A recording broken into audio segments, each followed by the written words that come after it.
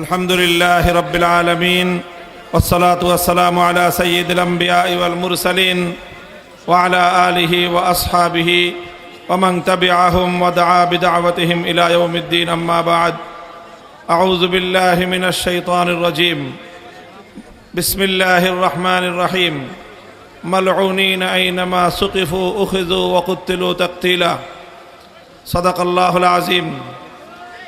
হেফাজতে ইসলাম বাংলাদেশ সিংগাইর কর্তৃক আয়োজিত আজকের এই জনসভায় উপস্থিত সংগ্রামী সভাপতি, সিংগাইরের মাটি এবং মানুষের প্রাণপ্রিয় ব্যক্তিত্ব, জননন্দিত মুফাসসিরে কোরআন আল্লামা খালেদ সাইফুল্লাহ আইয়ুবী, উপস্থিত হেফাজতে ইসলাম বাংলাদেশের সংগ্রামী মহাসচিব হযরত মাওলানা সাজিদুর রহমান সাহেব সহ কেন্দ্রীয় নেতৃবৃন্দ, সংগ্রামী তৌহিদি জনতা, সিংগাইরের মাটি ও মানুষের প্রাণপ্রিয় এই জনপদের অধিবাসীগণ, সংক্ষিপ্ত কয়েকটি কথা আমরা বলতে চাই।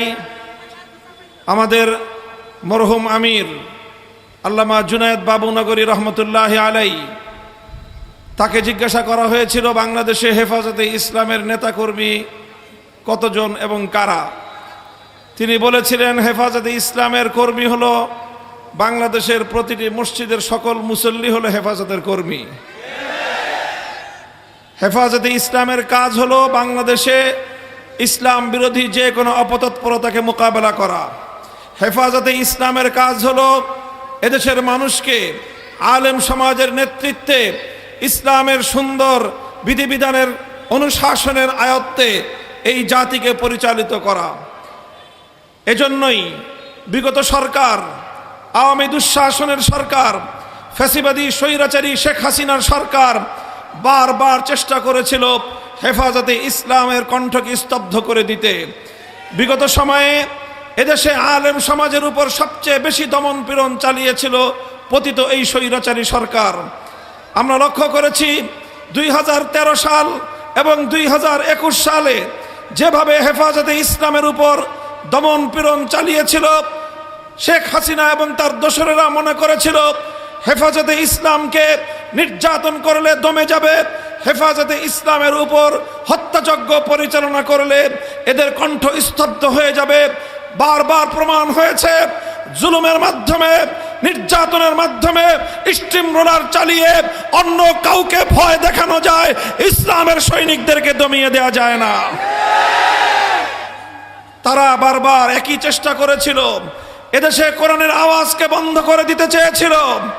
প্রতিটি জেলায় জেলায় কোরআনের মাহফিলগুলোতে 144 ধারা জারি করে এদেশের মানুষের কাছে কোরআনের বাণী পৌঁছানোর ক্ষেত্রে তারা প্রতিবন্ধকতা তৈরি করেছিল। এই মাওলানা খালেদ সাইফুল্লাহ আইয়ুবী সাহেব অনেক জায়গায় সেই বাধার সম্মুখীন হয়েছেন। প্রতিটি জেলায় জেলায় আমার মাহফিলগুলোতে 144 ধারা জারি করে আমাদের কণ্ঠকে, কোরআনের বাণীকে বাংলার মাটি থেকে মুছে ফেলবার পায় তারা চালিয়েছিল। ইন্না নাহনু নাযালনা যিকরা ওয়া ইন্না লাহু লাহাফিজুন। শেখ হাসিনা নিশ্চিহ্ন হয়ে যাবে, আল্লাহর কোরআনের আওয়াজ তুমি বা তোমার দোসরেরা নিশ্চিহ্ন করতে পারো নাই, ভবিষ্যতেও পারবে না ইনশাআল্লাহ। আজকের এই সময়ে স্পষ্ট কয়েকটি কথা বলতে চাই। 1 নম্বর কথা হলো এই, বিগত সরকারের দোসরেরা তারা চেষ্টা করেছিল বাংলাদেশের শিক্ষা ব্যবস্থাকে হিন্দুত্ববাদে পরিচালিত করে হিন্দুত্ববাদী আগামী একটি প্রজন্ম গড়ে তুলতে। এদেশের মানুষ বুকের রক্ত দিয়ে সেই ষড়যন্ত্রকে মোকাবেলা করেছে। আমরা অন্তর্বর্তীকালীন সরকারকে বলতে চাই, আমরা যেভাবে বাংলাদেশের মুসলমান, বাংলাদেশের মানুষ যেভাবে হিন্দুত্ববাদকে বরদাস্ত করে নাই, নাস্তিক্যবাদকেও বরদাস্ত করবে না। শিক্ষা ব্যবস্থায় নাস্তিক্যবাদ প্রতিষ্ঠা করবার যে কোনো পায়তারা, যে কোনো মূল্যে আমরা রুখে দাঁড়াবো। এটা আমার আগামী দিনের, আমাদের জাতির অস্তিত্বের প্রশ্ন, আমার ভবিষ্যৎ প্রজন্মের ঈমান এবং আকীদার প্রশ্ন। এই প্রশ্নে কাউকে এক চুল পরিমাণ ছাড় দিতে আমরা প্রস্তুত নই। দ্বিতীয় নম্বর কথা, কিছু আইনের সংস্কারের নামে বাংলাদেশে পাশ্চাত্যের বেহায়াপনা, অশ্লীলতাকে আমদানি করবার পায়তারা চালানো হচ্ছে। আন্তর্জাতিক মানবতা বিরোধী যে আইন, সেই আইনে সংস্কারের প্রস্তাব এনে ট্রান্সজেন্ডারের নামে সমকামিতা আমদানি করবার দুরভিসন্ধি চলছে।